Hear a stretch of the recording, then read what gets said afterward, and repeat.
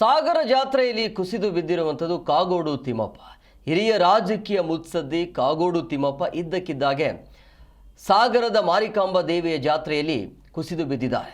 ದೇವಿಯ ದರ್ಶನಕ್ಕೆ ತೆರಳಿರುವಂಥ ಸಂದರ್ಭದಲ್ಲಿ ಕುಸಿದು ಬಿದ್ದಿರುವಂಥ ಘಟನೆ ನಡೆದಿದೆ. 94 ವರ್ಷದ ಮುತ್ಸದ್ದಿ ಕಾಗೋಡು ತಿಮ್ಮಪ್ಪ ಅಸ್ವಸ್ಥರಾಗಿದ್ದಾರೆ. ಕೂಡಲೇ ಶಿವಮೊಗ್ಗದ ಸಾಗರ ಆಸ್ಪತ್ರೆಗೆ ಅವರನ್ನು ದಾಖಲು ಮಾಡಲಾಗಿದೆ. ಮಧುಮೇಹ ಸಮಸ್ಯೆಯಿಂದಾಗಿ ಕುಸಿದು ಬಿದ್ದಿದ್ದಾರೆ ಅನ್ನುವಂಥ ಮಾಹಿತಿ ಸಿಗ್ತಾ ಇದೆ.